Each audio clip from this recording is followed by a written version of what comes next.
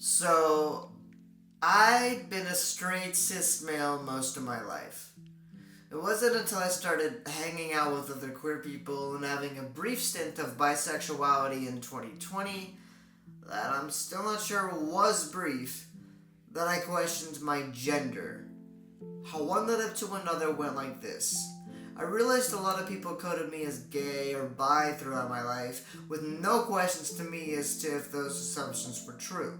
I got in trouble at a boarding home I was in for hanging out with a male friend there. The mostly Mormon staff did not like us being around each other when alone, and growing up I was very touchy with my friends.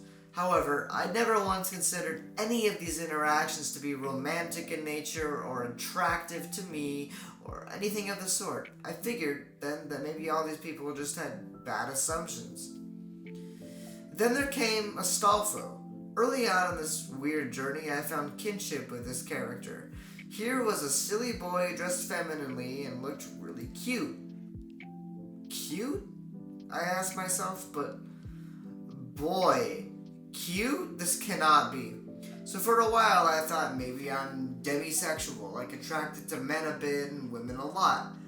That seemed to make sense. But then I thought it would make more sense for me to be bi, because then I could explain any other attractions to men, which, mind you, hadn't happened on a romantic level, but I got a sudden boner once or twice thinking about the platonic love I have for my very close male friends. And while I've never been able to explain that, I did realize something about the Astolfo thing. I wasn't attracted to Astolfo as a guy dressing femme. I was attracted to his femininity as a concept. I was more attracted to the idea of a male looking feminine than I was the guy itself. Hell, I was more attracted to the idea that I could look feminine someday than I was, attracted to Astolfo. Basically, I didn't want to fuck Astolfo, though that had crossed my mind once or twice. I wanted to be him.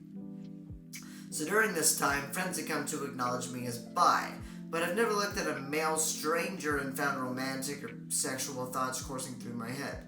It was odd to say, oh, I'm bi, because that label fit me at the time, and then turn over on it so quickly. But then, I had an epiphany. I was under no job one day when my supervisor asked me to clean the bathrooms. She said, but don't clean the women's bathroom. You can't go in there because you're a man. Which I thought, of course, yeah. But am I? That led me down the rabbit hole of feeling non-binary. I've never liked the term man to describe myself, and I don't know why, I just don't. And here's a little lesson for all you people that don't understand how gender works. Newsflash is a spectrum and nobody truly gets it. When people think of traditional gender, they think male and female. Right? Bada bing, bada boom, easy peasy. But then you get people who don't fit into those boxes. You get people who don't feel like they have a gender. You get people that feel like the opposite gender, so on and so forth. To put it away, that's hopefully easy to understand. There's cisgender. That means you feel like the gender you were assigned at birth. Then there's transgender, which means you don't. Transgender then can be used as an umbrella term for terms like non-binary and such, but non-binary itself is an umbrella term as well, which contains terms like agender and gender fluid. Let's break some of these down. I know I said gender was a spectrum earlier, and I mean it. No two gender identities are alike, because no two people are alike. But we can use male and female as sort of basis for these terms and how they correspond to gender as a whole.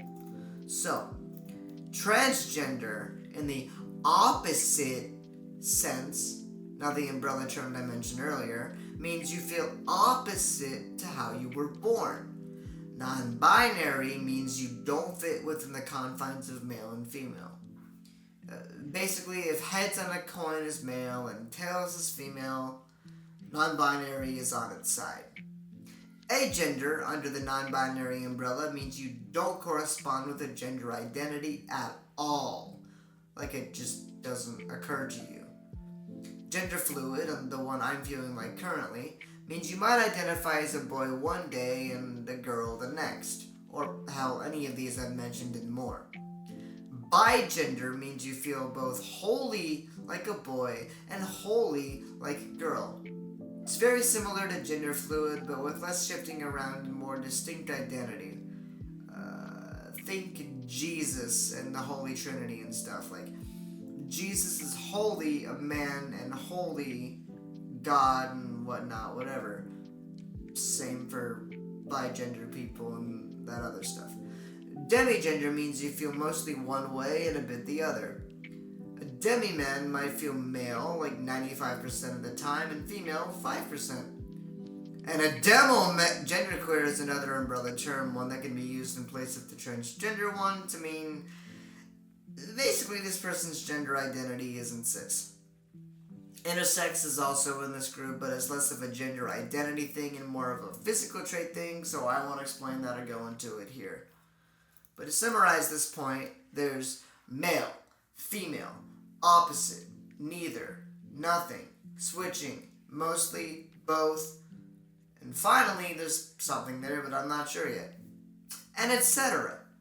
I say etc. because that's not the end-all be-all of gender identity. Every single person in the world thinks about their own gender differently, but that's just where I've decided to stop listing. Now, currently I feel very gender fluid because once upon a time I got told by a friend that I'm an egg, and I'm like, oh, I know what that means, but what did you mean by that? And they were like, oh, well, you give off like, your egg vibes, like trans and stuff.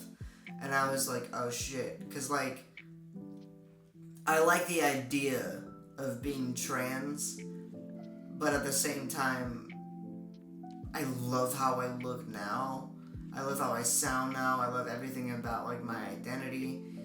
But I think that's where the gender fluid thing comes into play, right? Because I love the way I look, which is obviously male now, but I desperately want to look like a girl.